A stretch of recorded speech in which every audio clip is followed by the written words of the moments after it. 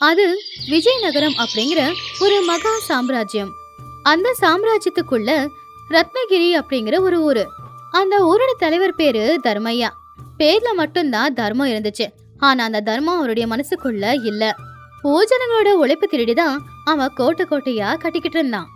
அதே ஊர்ல தான் வீரபத்திரன் அப்படிங்கிற ஒரு பையன் இருந்தான். அவன் ஏழையா இருந்தாலும் மனசுக்குள்ள நேர்மையும் அவனுடைய உடல்ல பலமும் கொண்டவன்.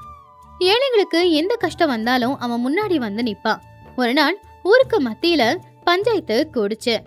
அங்க தர்மையாவோட ஆளான ருத்ரையா ஒரு ஏழு பொண்ணு கௌரி கிட்ட பேசிக்கிட்டு இருந்தான். ஏமா கௌரி, உன்னோட நிலத்துல விளைஞ்ச பயிருல பாதிய தர்மாராவ் ஐயாவுக்கு வரியா கட்டணும்னு தெரியாதா உனக்கு? என்னையோட கெடு முடியுது. இன்னும் எதுக்காக நீ தானிய மூட்டைகளை அனுப்பல? ஐயா ருத்ரையா, இது உங்களுக்கு அநியாயமா தெரியலையா? இந்த வருஷம் மழை பெய்யாம விளைச்சல் சரியா விளையாம பாதி விளைச்சல் தான் கிடைச்சது. அதுலயும் பாதியே நாங்க உங்களுக்கு கொடுத்துட்டோம்னா அதுக்கப்புறம் எங்க வயிற்று பசிக்கு நாங்க என்ன பண்றது? விட்டுடனாமா, உன்னோட கண்ணீரை பார்த்து உருகிறதுக்கு தர்மாராவ் ஐயாவோட இதயம் வெண்ணையால செய்யல, பாறாங்கல்லால செஞ்சிருக்கு. நாளைக்கு காலையிலக்குள்ள உன்கிட்ட இருக்கிற மாடுங்கள்ல உன்னை ஓட்டிக்கிட்டு போயிடுவோம். இல்லனா உன்னோட நிலத்தை புடுங்கிடுவோம். ஒழுங்க மரியாதையா தானியத்தை கொடுத்துடு. மாடுங்களை எடுத்துக்கிட்டு போயிட்டா நாங்க பசியால சாக வேண்டியதுதான். வயலை எடுத்துக்கிட்டீங்கன்னா நாங்க பிச்சைக்காரங்களாதான் ஆகணும். உங்க காலில் விழுந்து கும்பிடுறேன், கொஞ்சமாவது கருணையை காட்டுங்க. இறக்கம் கருணை எல்லாம் எங்க அகராதியிலேயே இல்ல கௌரி. டேய், போயே அந்த மாட்டை ஓட்டிக்கிட்டு வாங்க. ருத்ரையோட ஆட்கள் அந்த மாடுங்களை எடுத்துக்கிட்டு போகும்போது ஒரு பலமான கை வந்து அவங்கள தடுத்துச்சு. அது வேற யாருடைய கையும் இல்ல, அது வீரபத்ரனுடைய கைதான். நிறுத்துங்க, மாட்டை தொட்டிங்கன்னா அப்புறம் உங்க கை இருக்காது. எதுக்காக இப்படி ஏழைங்களோட சாபத்தை வாங்கி கொட்டிக்கிறீங்க? அடே வீரையா, மறுபடியும் வந்துட்டியா? தர்மாராவ் ஐயாவோட விஷயத்துல தலையிடாதன்னு உங்ககிட்ட எத்தனை தடவை சொல்லியிருக்கேன். இது எனக்கும் கௌரிக்கும் உள்ள கணக்கு. ஏழைங்களோட வயிற்றுல அடிக்கிற ஒவ்வொரு கணக்குலையும் நான் தலையிடுவேன் ருத்ரையா. இந்த நிலம் கௌரியோடது, உழைப்பு கௌரியோடது, விளைச்சலும் கௌரியோடது. அப்புறம் எதுக்கு உங்க முதலாளிக்கு பங்கு தரணும்? அவர் என்ன இங்க வந்து நாத்து நட்டாரா இல்ல நிலத்தை உழுதாரா? வீரபத்ர சொல்றது உண்மைதானே? ஏன் கஷ்டமே இன்னும் தீரல, உங்களுக்கே கொடுக்கணும். இங்க பாரு வீரையா, இந்த ஊர் நிலம் எல்லாம் தர்மாராவ் ஐயாவோடது தான். அவரு கருணையோட எல்லாருக்கும் பயிர் வைக்க கொடுத்துருக்காரு. அந்த நன்றியுணர்வு வேண்டாமா? உன்னை இன்னும் விட்டு வச்சிருக்கிறதால தான் இந்த ஊர் மக்களை கெடுத்துக்கிட்டு இருக்க நீ. முதலாளிக்கு தெரிஞ்சா அப்புறம் நீ இருக்க மாட்ட. உங்க ஐயாவை வர சொல்லுங்க, நான் அவர்கிட்டயே சொல்லிக்கிறேன். நிலம் உழறவனுக்கு தான் சொந்தம், அப்படியே வரப்புல உக்காந்துக்கிட்டு அதிகாரம் பண்றவங்களுக்கு இல்ல. போய் உங்க ஐயா கிட்ட சொல்லுங்க, வீரையா ஊர்க்காரங்களுக்கு துணையா நிக்கிறான்னு. இனிமே அநியாயமா யாரும் ஒரு நெல்லை கூட வரியா கட்ட மாட்டாங்க. இதுக்கு பெரிய விலைய கொடுக்க போற வீரையா, முதலாளி இத சும்மா விட மாட்டாரு. ருத்ரையா அவன் ஆட்களை கூட்டிக்கிட்டு அங்கிருந்து போயிட்டான். அப்ப கௌரி நன்றியோட வீரபத்ரனுக்கு கையெடுத்து கும்பிட்டான். சரியான நேரத்துக்கு நீ வந்த வீரா. அப்படி இல்லைன்னா அந்த ராட்சசனுங்க என்ன பண்ணிருப்பாங்களோ என்னவோ. ஆனா அந்த தர்மையா ரொம்ப மோசமானவன். அவனால உனக்கு ஏதாவது ஆபத்து வந்துட போகுது. பயம் எதுக்கு கௌரி அக்கா? நம்ம பயந்தான் அவங்க முதலீடு. நாம எதிர்த்து நின்னா அவங்க சிம்மாசனம் சரிஞ்சு விழும். நீ பயப்படாம வீட்டுக்கு போ. அப்படி சொல்லி வீரபத்ரன் வீட்டுக்கு வந்து சேர்ந்தான். அவனுடைய அம்மாவான பவானி ஏற்கனவே புள்ள செஞ்சத கேள்விப்பட்டு ரொம்ப குழப்பத்தோட இருந்தாங்க. என்ன வீரா, மறுபடியும் அந்த தர்மையாவோட ஆட்களோட சண்டை போட்டியா? நம்ம பொழப்ப பார்க்காம எதுக்காக ஊர்க்காரங்க பிரச்சனை எல்லாத்தையுமே மூக்க நுழைக்கிற? அம்மா, அநியாயம் நடக்கும்போது கண்ணை மூடிக்கிட்டு வாழறதெல்லாம் ஒரு வாழ்க்கையா? அப்படி இருக்க முடியாதம்மா. நீ தானே சின்ன வயசுல இருந்து தர்மத்தை பத்தி பல கதைகளை எனக்கு எடுத்து சொல்லியிருக்க. தர்மத்தை காப்பாத்ததா சொன்ன, ஆனா ராட்சசங்களோட தனியா போராட சொல்லல. அந்த தர்மையா எவ்வளவு மோசமானவன்னு உனக்கு தெரியும்ல. அவன்கிட்ட ஆட்கள் இருக்காங்க, பணம் இருக்கு. நம்ம கிட்ட என்னடா இருக்கு? நம்ம கிட்ட நேர்மை இருக்குமா? கோடிக்கணக்கில் பணத்தை வச்சுக்கிட்டு கண்ணை மூடி நிம்மதியா தூங்க முடியாத தர்மராவை விட கூலி வேலையை செஞ்சுட்டு நிம்மதியா தூங்குற நாம தாமா பலசாலிங்க. பேசுறது என்னமோ நல்லாதான் பேசுற, ஆனா அவனுங்க உன்னை ஏதாவது பண்ணிட்டா என்னால தாங்க முடியாதுடா. இந்த அம்மாவை பத்தி கொஞ்சம் கூட யோசிக்கவே மாட்டியா? அழாதம்மா, எனக்கு எந்த ஆபத்தும் வராது. இந்த ஊர் ஜனங்க என்ன சொந்த புள்ளையா தான் பாக்குறாங்க. அவங்க தாமா என்னோட பாதுகாப்பு கவசம். இது இப்படி இருக்கும்போது தர்மையாவோட வீட்டுக்கு போய் ருத்ரையாவும் அவனுடைய ஆட்களும் என்ன நடந்துச்சோ அது அப்படியே சொன்னாங்க. அதை கேட்டு தர்மையாவுக்கு ரொம்ப கோவம் வந்துச்சு. எவ்வளவு தைரியம் அந்த வீரையாவுக்கு! என்னோட ஆளுங்க மேலேயே கை வைப்பானா? என்னோட கட்டளைய எதிர்த்து பேசுவானா? அவன் கதைய நான் முடிக்கிறேன். அவனை இப்ப எதிர்க்கிறது கொஞ்சம் கஷ்டங்க ஐயா. ஊர் ஜனங்க எல்லாருமே அவன் பின்னாடி இருக்காங்க. அவனை ஏழைங்களோட ராஜான்னு சொல்றாங்க. நாம அவனை எதனா செஞ்சிட்டோம் அப்படின்னா மொத்த ஊரும் நம்மள நோக்கி வந்துடும். ஏழைகளின் ராஜாவா? இந்த ரத்னகிரி ராஜ்யத்துல இன்னொரு ராஜா இருக்கக்கூடாது. அவனை கத்தியால இல்ல சூழ்ச்சியால அழிக்கணும். அவனுடைய நேர்மைய அவனுக்கு எதிரா பயன்படுத்தணும். சரியா அப்பதான் தர்மையாவோட பொண்ணான மல்லிகா அங்க வந்தா. அந்த பொண்ணு ரொம்பவும் நல்ல உள்ள இருக்கிறவ, எல்லாருக்கும் உதவி செய்யணும்னு நினைக்கிறவ. அப்பா, நீங்க பேசுறது நான் கேட்டுக்கிட்டு தான் இருந்தேன். வீரபத்ர பண்ணதுல என்ன தப்பு? ஜனங்க கிட்ட இருந்து விளைஞ்ச விளைச்சல்ல பாதி வாங்குறது தப்பு இல்லையா? வீரபத்ர பண்ணதுல தப்பே இல்ல. மல்லிகா, நீ உன்னோட எல்லைய தாண்டி பேசிக்கிட்டு இருக்க. நீதியையும் தர்மத்தையும் நிலைநாட்ட பார்த்தா ஆட்சி அதிகாரம் நிலைக்காது. பயம் இருந்தாதான் பக்தி இருக்கும். ஒருத்தங்களை பயமுறுத்தி சம்பாதிச்ச பணம் ரொம்ப நாளைக்கு நிலைக்காதுப்பா.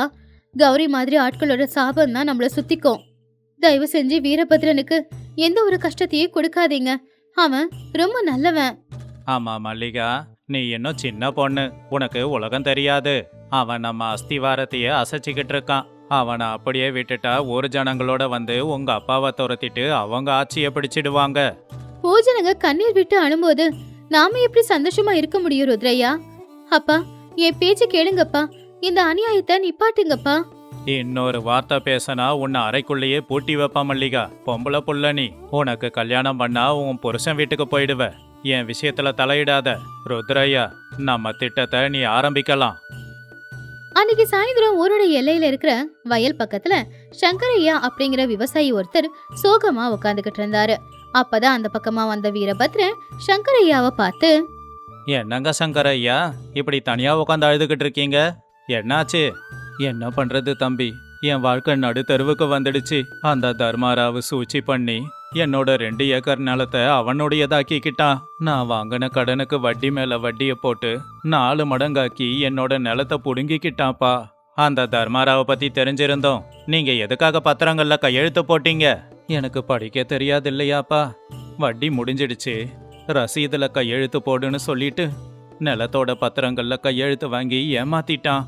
அது தெரியாம நிலத்துக்கு போனா இது என்னோட நிலம், இங்க நீ வரக்கூடாதுன்னு விரட்டி அடிச்சிட்டான்ப்பா. சங்கரையா, உங்க கண்ணீரை தொடங்க. அது உங்க நிலம்தான். நீங்க கஷ்டப்பட்டு வேர்வை சிந்தி உழைச்ச நிலம் அது. அந்த நிலத்தை உங்களுக்கு மீட்டு கொடுக்கற பொறுப்பு என்னுடையது. வேண்டாம்ப்பா, அவங்க பெரிய ஆளுங்க. அவங்க கிட்ட மோதுனா உனக்கு தான் ஆபத்து வரும். எனக்கு என்ன வேணாலும் ஆகட்டும், ஆனா உனக்கு எதுவும் ஆகக்கூடாது. நீ இந்த ஊருக்கு ரொம்பவும் முக்கியம்ப்பா. இந்த ஊருக்கு இப்ப என்னை விட முக்கியம் நியாயம்தாங்க ஐயா. நாளைக்கு பஞ்சாயத்தை நாம கூட்டலாம். அந்த பத்திரம் எப்படி மாறிச்சினோ, அந்த தர்மாராவோட சாயம் எப்படி வெளுக்க போதுனோ நாளைக்கு வந்து பாருங்க. அன்னைக்கு ராத்திரி நேரம் ஊர் எல்லையில இருக்கிற கோவில்ல வீரபத்ரன் உட்காந்து யோசிச்சுக்கிட்டு இருக்கும் போது முக்காடு போட்டுக்கிட்டு மல்லிகா அவன் பக்கத்துல வந்தா. வீரபத்ரா, என்ன இது, நீ இங்க இருக்கியா? யாரது? மல்லிகா, நீ எதுக்கு இந்த நேரத்துல வந்திருக்க? யாராவது பார்த்துட்டா நம்ம 2 பேருக்குமே ஆபத்து. ஆபத்து என்னால உனக்கு வராது, எங்க அப்பாவால உனக்கு வரப்போகுது. உன்னை எப்படியாவது அழிக்கணும்னு எங்க அப்பா பல திட்டங்களை போட்டுக்கிட்டு இருக்காரு. அந்த விஷயம் எனக்கு தெரியும் மல்லிகா. உங்க அப்பாவோட சூழ்ச்சிக்கெல்லாம் நான் பயப்படுற ஆள் இல்ல. ஆனா உங்க அப்பா தப்பு செய்யறாரு அப்படிங்கிறதுக்காக நீ ஒரு பொண்ணா ரொம்ப கவலைப்படுற. எங்க அப்பா பண்றது அநியாயம் அப்படின்னு எனக்கு தெரியும். நீ ஏழைகளுக்காக யோசிக்கிறவன் அப்படிங்கிறது எனக்கு தெரியும். உன்னை காப்பாத்த வேண்டியது என்னுடைய கடமை. நாளைக்கு பஞ்சாயத்துல உன்னை திருடனா முத்திர குத்தலான்னு எங்க அப்பா திட்டம் போடுறாரு. திருடனா? நான் திருட்டுத்தனை பண்ணேன்னு சொல்ல போறாரா? என்ன பழிய போட போறாரு? நம்ம ஊரோட கஜானா பெட்டி இருக்குல்ல, அதை எங்க அப்பாவே ஒளிச்சு வச்சு அந்த பழிய உண்மையில தூக்கி போடலான்னு ருத்ரையா கூட சேர்ந்து திட்டம் போடுறாரு. நாளைக்கு உங்க வீட்டுல சோதனை நடக்கிறதுக்குள்ளாரியே எங்க ஆட்கள் அதை கொண்டு வந்து உன் வீட்டுல வச்சிருவாங்க. எவ்வளவு கேவலமா இறங்கிட்டாரு. சரி மல்லிகா, நீ இந்த விஷயத்த முன்னாடியே சொல்லி எனக்கு பெரிய உதவி பண்ணியிருக்க. இந்த சூழ்ச்சியை எப்படி முறியடிக்கணும்னு எனக்கு நல்லா தெரியும். நீ முதல்ல இங்கிருந்து கிளம்பு. உனக்கு எந்த ஆபத்தும் வந்துடக்கூடாதுன்னு அந்த கடவுள்கிட்ட நான் வேண்டிக்கிட்டே இருப்பேன் வீரா. பத்திரமா இரு. அடுத்த நாள் காலையில ஊருக்கு மத்தியில இருக்கிற பஞ்சாயத்துக்கு ஊச்சனங்க எல்லாரும் வந்தாங்க. பஞ்சாயத்துல தர்மையா ரொம்பவும் கர்வத்தோடவும் திமிரோடவும் உக்காந்துகிட்டு இருந்தான். அவன் பக்கத்துல ருத்ரையாவும் நின்னுக்கிட்டு இருந்தான். அந்த கூட்டத்துல முகத்தை மறைச்சுக்கிட்டு ஒருத்தர் நின்னுக்கிட்டு இருந்தாரு.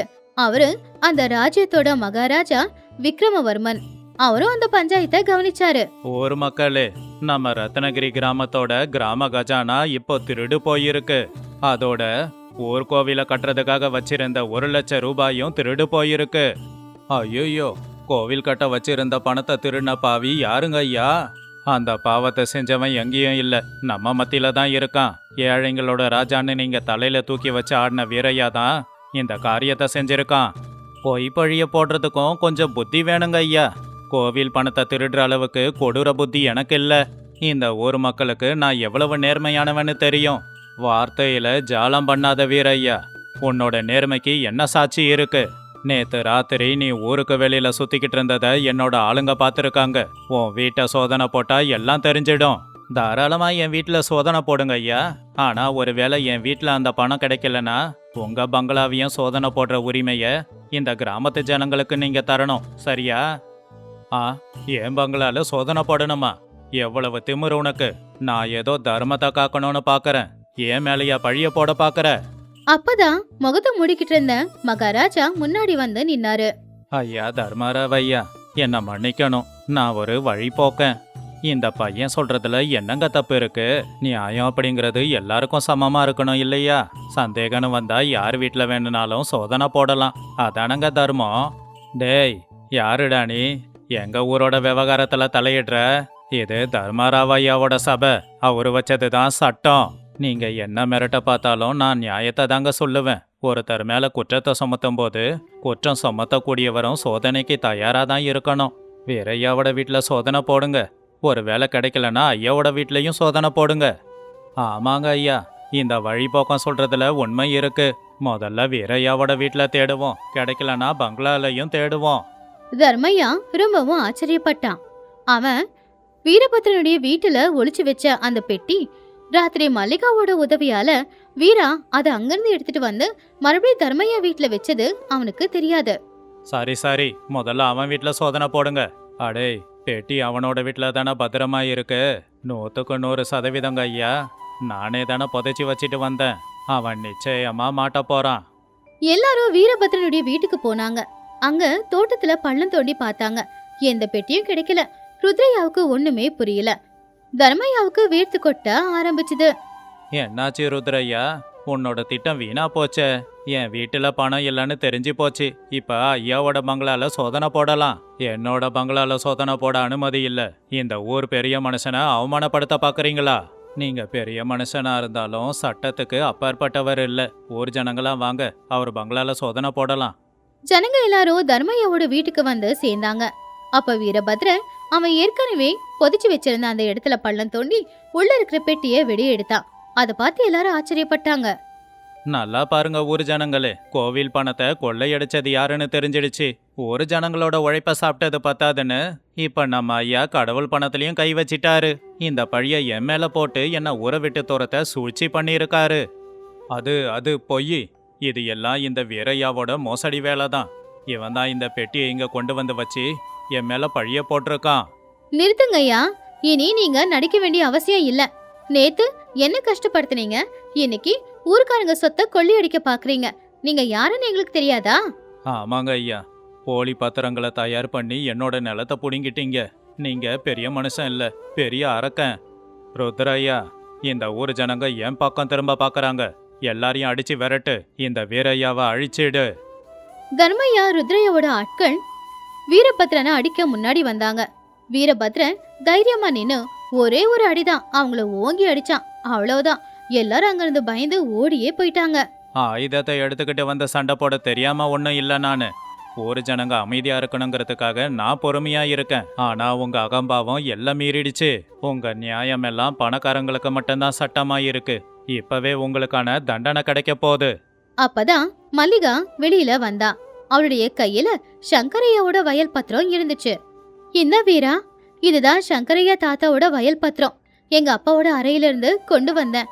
அப்பா, இன்னைக்கு உங்க பாவம் எல்லையை தாண்டி போயிடுச்சு. நீங்க செஞ்ச பாவம் ஏன் தலையில தான் வந்து விழும். உங்களை அப்பான்னு சொல்லவே கஷ்டமா இருக்கு. சே துரோகி, பெத்த தந்தைய முதுகுல குத்தறியா? நீ என் பொண்ணே இல்ல. நில்லு. தப்பு பண்ணவன் தண்டனையை அனுபவிச்சுதான் ஆகணும். அவன் எவ்வளோ பெரிய ஆளா இருந்தாலும் சரி. யாருடா நீ நடுவுல வந்து உன் தீர்ப்ப சொல்ற? இங்க தீர்ப்ப நான் தான் சொல்லுவேன். இது உன்னுடைய ராஜ்யம் இல்ல தர்மாராவ், இது என்னுடைய பேரரசு. மகாராஜா முகத்தை மூடி வச்சிருந்த துணிய விளக்குனாரு. மகாராஜாவை பார்த்த உடனே ஊர் மக்கள் எல்லாருமே ரொம்பவும் ஆச்சரியப்பட்டாங்க. அதுலயும் தர்மையாவுக்கு கை கால் எல்லாமே நடுங்க ஆரம்பிச்சிடுச்சு. ராஜ்யத்தை பார்வையிடுறதுக்காக மாறு வேஷத்துல சுற்றி வந்தேன். அப்படித்தான் உங்க ஊருக்கு வந்தேன். இந்த ஊர்ல நீ பண்ற அநியாயங்களையும் அக்கிரமங்களையும் என் கண்ணால நான் பார்த்துருக்கேன். அதிகாரத்தை கொடுத்தா மக்களை கண்ணிமை போல பார்த்துப்பேன்னு நினைச்சா கசாப்பு கடைக்காரனா மாறிட்டியே. மன்னிச்சிடுங்க மகாராஜா, தெரியாம தப்பு பண்ணிட்டேன். என்ன மன்னிச்சிடுங்க. என்னுடைய சொத்து எல்லாத்தையும் இந்த ஊருக்கே எழுதி கொடுக்கறேன். உயிரோட விட்டுடுங்க அரசே. உயிர் பிச்சையெல்லாம் கடவுள் கொடுப்பாரு. ஒரு அரசனா என்னோட கடமை தண்டிக்கிறது மட்டும்தான். ஏழைங்களோட உழைப்ப ஒரு அட்டைப்பூச்சியை போல நீ உறிஞ்சிருக்க. நீ இனி இங்க இருக்கக்கூடாது. வீரர்களே, தர்மாராவையும் ருத்ரையாவையும் கைது பண்ணி சிறையில கொண்டு போய் அடைங்க. இவங்களுடைய சொத்துக்களை பறிமுதல் பண்ணி யார் யாரையெல்லாம் கொடுமைப்படுத்தி வாங்கினாங்களோ அவங்களுக்கு பங்கு போட்டு கொடுங்க. உத்தரவு அரசே. தர்மையா ருத்ரையா 2 பேரையுமே கைது பண்ணாங்க. வீரையா, உன்னுடைய நேர்மையையும் தைரியத்தையும் நான் பாராட்டுறேன். உன் உயிரை பணையம் வச்சு ஏழைங்களுக்காக நின்னு இருக்க. தர்மத்துக்காக நின்ன உனக்கு நான் நிச்சயம் சன்மானம் கொடுக்க போறேன். இந்த ரத்தனகிரி கிராமத்துக்கு உன்னை நான் தலைவரா நியமிக்கிறேன். உன்னை ஏழைகளின் ராஜான்னு எல்லாரும் சொல்றாங்க. இனி இந்த கிராமத்துக்கு நீதான் ராஜா. உங்க கருணைக்கு ரொம்ப நன்றி மகாராஜா. ஆனா எனக்கு எந்த பொறுப்பும் வேண்டாம். இந்த மக்களோட மக்களா இருந்துகிட்டு அவங்களோட சுகதுக்கங்களை பங்கெடுக்கிற சாதாரண வாழ்க்கை போதும் எனக்கு. அதிகாரம் மனுஷங்களை மாத்திடுமோன்னு எனக்கு பயம். அதிகாரம் நேர்மையானவங்க கிட்ட கிடைக்கும் போது ஆயுதமா மாறும். அதுவே அநியாயக்காரங்க கிட்ட கிடைச்சா ஆபத்தா மாறிடும். உன்ன மாதிரி ஆட்கள் வேண்டான்னு சொல்லிட்டா அது மறுபடியும் தர்மாராவ் மாதிரியான ஆளுங்க கிட்ட தானே போகும். இது என்னோட கட்டளை வீரையா, ஏத்துக்கோ. உங்க கட்டளைய நான் ஏத்துக்கிறேன் மகாராஜா. என்னோட இறுதி மூச்சு வரைக்கும் இந்த கிராமத்து மக்களுக்கு நான் நல்லது பண்ணுவேன். ஆமா மல்லிகா, உன் அப்பா தப்பு செய்யறாருன்னு தெரிஞ்சும் தர்மத்தின் பக்கம் நினைச்ச உன்னோட துணிவை நான் பாராட்டுறேன். உனக்கு எந்த கஷ்டம் வந்தாலும் என்னோட அரசவை கதவுகள் திறந்தே இருக்கும். ரொம்ப நன்றி அரசே. நியாயம் ஜெயிச்சதுல எனக்கு ரொம்ப சந்தோஷமா இருக்கு. எங்க வாழ்க்கையில விளக்கேத்தி வச்சிட்டீங்க. எங்களுடைய வீரபத்ரன் உண்மையிலேயே எங்களுக்கு நல்ல நாயகன்தான். என் பூமி எனக்கு திரும்ப கிடைக்கும்னு நான் கனவுல கூட நினைக்கல. மகாராஜாவுக்கும் வீரையாவுக்கும் நான் நன்றியே சொல்லிக்கிறேன். இன்னைக்கு என் புள்ள பட்ட கஷ்டத்துக்கு பலன் கிடைச்சிருச்சு. எனக்கு ரொம்ப பெருமையா இருக்கு.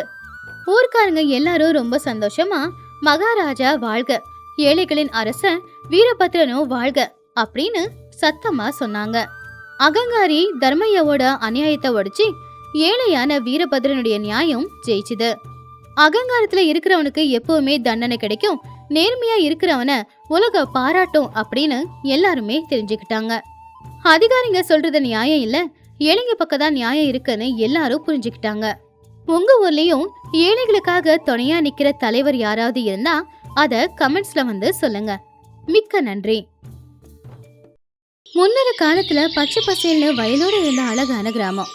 அந்த கிராமத்துல சோமையா அப்படிங்கிற விவசாயி, அவனுடைய மனைவி லக்ஷ்மி ரொம்ப தைரியமான பொண்ணு, புத்திசாலி பொண்ணும் கூட. சோமையா அவனுடைய அப்பாவித்தனத்தினால ஊர்ல இருக்கிற சில பேரோட பேச்சை கேட்டு இப்போ கடன்காரனா இருந்தான். அந்த கடன்ல இருந்து அவமானத்துல இருந்து லக்ஷ்மி அவனுடைய புத்திசாலித்தனத்தினால தான் புருஷனை எப்படி காப்பாத்தினா அப்படிங்கிறது தான் இந்த கதை.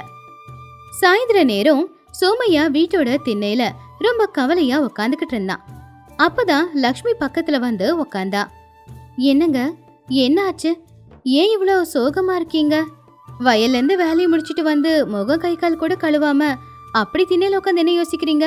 என்ன சொல்ற லக்ஷ்மி, எல்லாமே நான் பண்ண தப்பு தான்.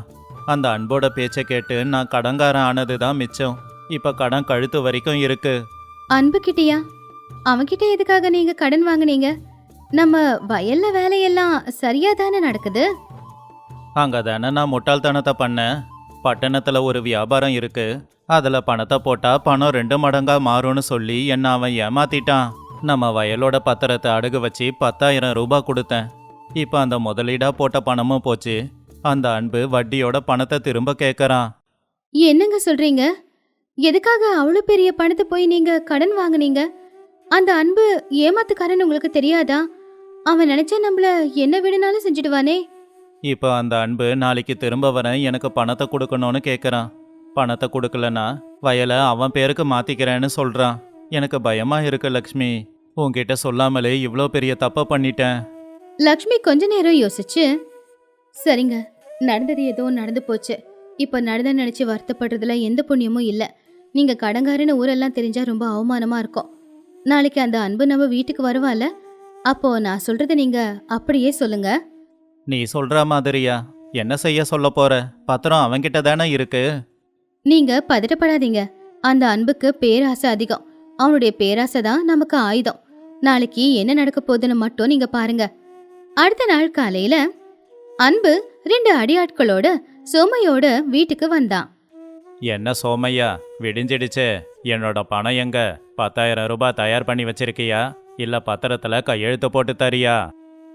ஐயோ என்னங்க ஐயா, அந்த 10,000 ரூபாய்க்கு பச்சை பசேல்னு இருக்கிற வயலை விற்பனா? அந்த 10,000த்தை விட விலை அதிகமான பொருள் என் பொண்டாட்டிக்கிட்ட இருக்கு. ஆனா அதை சொந்தமாக்கிக்க உங்களை மாதிரி யோகம் இருக்கணும். என்னது விலை மதிக்க முடியாத பொருளா? என்ன சோமையா, காலையிலேயே கட்டுக்கதையா?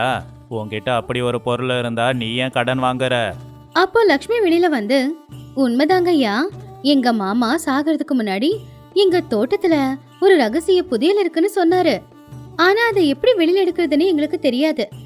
எங்களுக்கு தெரிஞ்ச ஒரு ஜோசியர் வந்து, உங்க பேர் இருக்கிறவங்க யாராச்சும் பக்கத்துல இருந்தா அப்ப பள்ளம் தோண்டா கிடைக்கும்னு சொன்னாரு. ரகசிய புதையலா? உண்மையாவா? அதுல என்ன இருக்கு? அதுல தங்க காசு தங்க நகை எல்லாம் இருக்காமா. எங்களுக்கு பயம். நீங்க அந்த புதையலை எடுத்து கொடுத்தீங்கன்னா அதுல பாதி பங்கு உங்களுக்கு கொடுக்கறோம். அப்படியே எங்க கடனையும் நாங்க தீர்த்திடுறோம். பாதி பங்கா?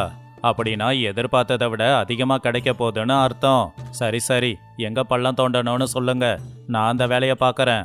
எல்லாரும் வீட்டுக்கு பின்னாடி இருக்கிற தோட்டத்துல போனப்போ லக்ஷ்மி ஒரு அடையாளத்தை போட்டா. இந்த இடத்துலதான் புதையல் இருக்கும் அப்படின்னு அந்த ஜோசியர் சொன்னாரு. ஆனா ஒரு முக்கியமான விஷயம், பள்ளம் தோண்டும் போது யாரும் பேசக்கூடாது. எல்லாரும் அமைதியா வேடிக்கை தான் பார்க்கணும். முக்கியமா கடன் வாங்கினவங்க பள்ளத்தை தோண்டினா அந்த புதையல் மறைஞ்சு போயிடுமாமா. அதனால நாங்க தோண்ட முடியல, நீங்க வேணும்னா தோண்டுங்க. சரி சரி, அப்படியே பண்ணலாம். டேய் வேலையை ஆரம்பிங்கடா.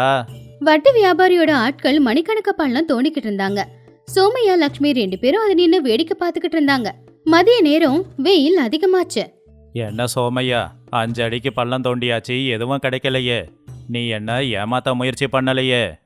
ஐயோ, என்னங்க நீங்க இவ்வளவு பெரிய வார்த்தையெல்லாம் சொல்றீங்க? ரகசிய புதையல் அப்படின்னா மேலேயே இருக்குமா? அது எங்கேயாச்சும் பள்ளத்துல ஆழமா இருக்கும் இல்லையா? இன்னும் கொஞ்சம் தோண்ட சொல்லுங்க, அப்போ அந்த புதையல் கிடைக்கிறதுக்கு வாய்ப்பு இருக்குல்ல. அதுவும் உண்மைதான். தோண்டுங்கடா, நிறுத்தாம தோண்டுங்க. சாயந்தரம் நேரம் ஆச்சு. கிட்டத்தட்ட 8 அடி ஆழம் பள்ளம் தோண்டியாச்சு. ஆனாலும் அங்க எதுவும் கிடைக்கல. என்னால முடியல சோமையா, இங்க எதுவும் கிடைக்க மாட்டேங்குது. எனக்கு சந்தேகமா இருக்கு. ஒரே ஒரு நிமிஷம், அதோ அங்க ஏதோ தட்டுப்படுதுன்னு நினைக்கிறேன். லக்ஷ்மி ஏற்கனவே அங்க ஒரு பானைய புதைச்சு வச்சிருந்தா. கிடைச்சிடுச்சு கிடைச்சிடுச்சு, இதோ அந்த ரகசிய புதையலு. வட்டி வியாபாரி ஆசையா அந்த பானையோட மூடிய திறந்தா அதுல இருந்தது எல்லாமே கொஞ்சம் சோழிங்களும் பழைய பித்தளை காசுங்களும் தான். என்ன இது? இதுல வெறும் பித்தளை காசு தானே இருக்கு, தங்கமும் இல்ல வெள்ளியும் இல்ல. அப்போ லக்ஷ்மி கவலையா, ஐயோ, அப்ப எங்க மாமா எடுத்து வச்ச புதையல் இதுதானா? பித்தளை காசா? எங்க நேரம் இப்படி இருக்கு. ஆனா ஒரு முக்கியமான விஷயத்த நான் உங்களுக்கு சொல்றேன். இந்த பித்தளை காசுங்க இந்த காலத்து சேர்ந்தது இல்ல, அந்த காலத்து சேர்ந்தது. பட்டணத்துல இந்த பழைய பித்தளை காசுக்கெல்லாம் விலை பயங்கரமா இருக்காமா. இதுல ஒரு 100 பித்தளை காசு இருக்கும். இது நிறைய விலை போகும். உண்மையாவா? அப்படின்னா இத நானே எடுத்துக்கிறேன். உன்னோட கடன் கணக்கையும் முடிச்சு வைக்கிறேன். உன்னோட பத்திரத்தை திரும்ப கொடுக்கறேன்.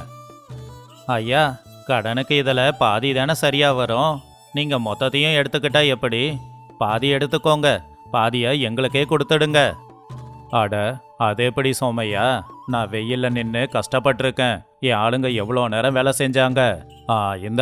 இந்த கடனுக்கு இது சரியா இருக்கும். வயல் பத்திரத்தை நீயே வச்சுக்கோ. பத்திரத்தை தூக்கி எறிஞ்சிட்டு அந்த பித்தளை காசை எடுத்துக்கிட்டு வியாபாரி அங்கிருந்து போயிட்டான். இதையெல்லாம் பார்த்துக்கிட்டு இருந்த சோமையாவுக்கு ஒண்ணுமே புரியல. அவன் ஆச்சரியமா பொண்டாட்டிய பார்த்து, லக்ஷ்மி, நீ சாதாரண பொண்ணே கிடையாது. இந்த பித்தளை காசெல்லாம் ஏது? அந்த பானை அந்த இடத்துல எப்படி வந்துச்சு? ஏங்க, அந்த பித்தளை காசுங்க நம்ம வீட்டு பரணையில குப்பையோட குப்பையா இருந்தது. அது எல்லாத்தையும் அந்த பானையில போட்டு உங்களுக்கு தெரியாம நான் நேத்தே பள்ளம் தோண்டி புதைச்சு வச்சிட்டேன். அந்த வட்டி வியாபாரிக்கு பேராசை அதிகம்.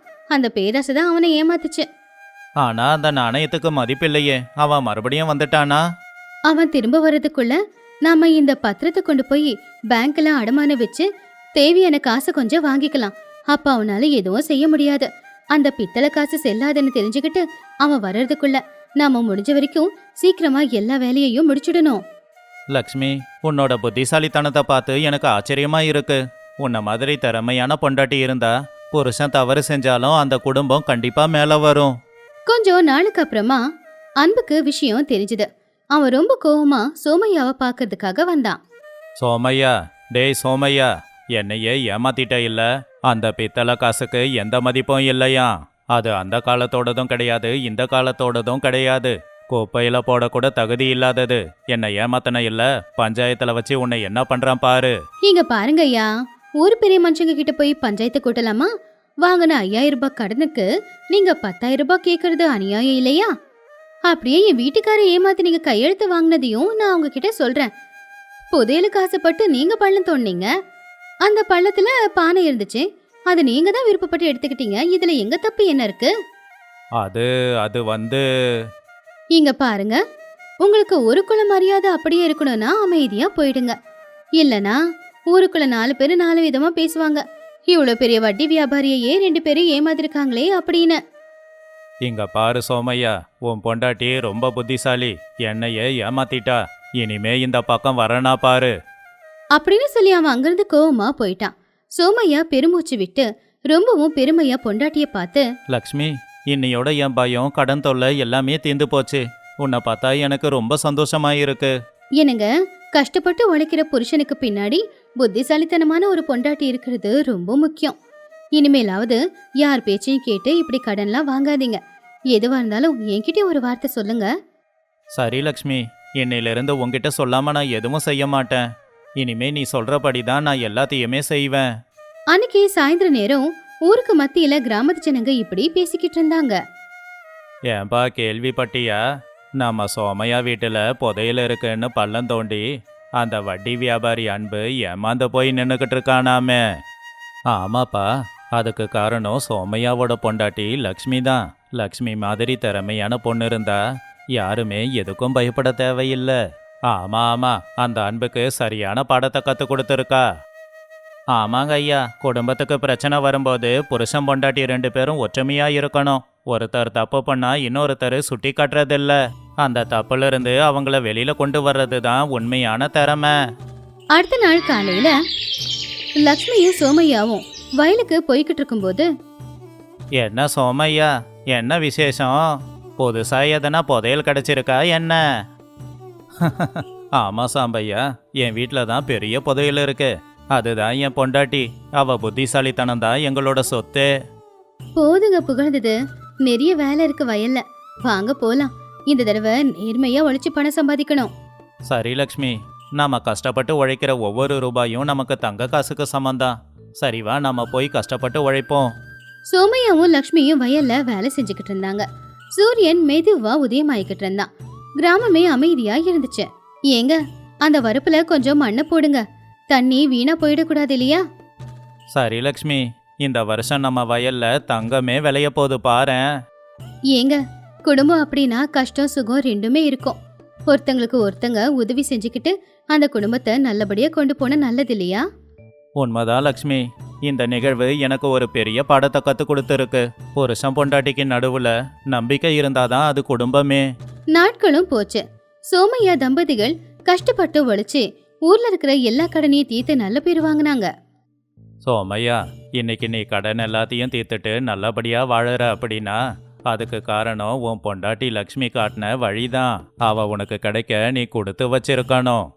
ஆமாப்பா, லக்ஷ்மி எனக்கு கிடைக்க நான் கொடுத்து தான்ப்பா வச்சிருக்கணும். அவ இல்லைன்னா இந்நேரம் நான் நடு தெருவுக்கு வந்திருப்பேன்ப்பா.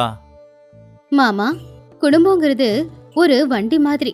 2 சக்கரமும் நல்லா இருந்தாதான் அந்த வண்டியே நல்லபடியா ஓடும். அதுல ஒரு சக்கரம் உடைச்சிட்டாலும் கூட அந்த வண்டி ஓடாது இல்லையா? ரொம்ப சரியா சொன்னமா லக்ஷ்மி. உன்ன மாதிரி மருமக கிடைக்க நாங்க தான் கொடுத்து வச்சிருக்கணும்.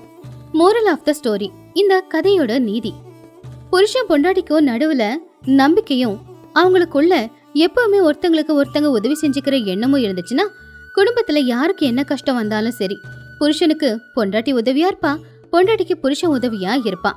புருஷன் பொண்டாட்டி வாழ்க்கையில ஒருத்தங்களுக்கு ஒருத்தங்க விட்டு கொடுக்கறது மட்டும் முக்கியம் இல்லைங்க, ஒருத்தங்களுக்கு ஒருத்தங்க சப்போர்ட் பண்றது கூட ரொம்பவே முக்கியம்.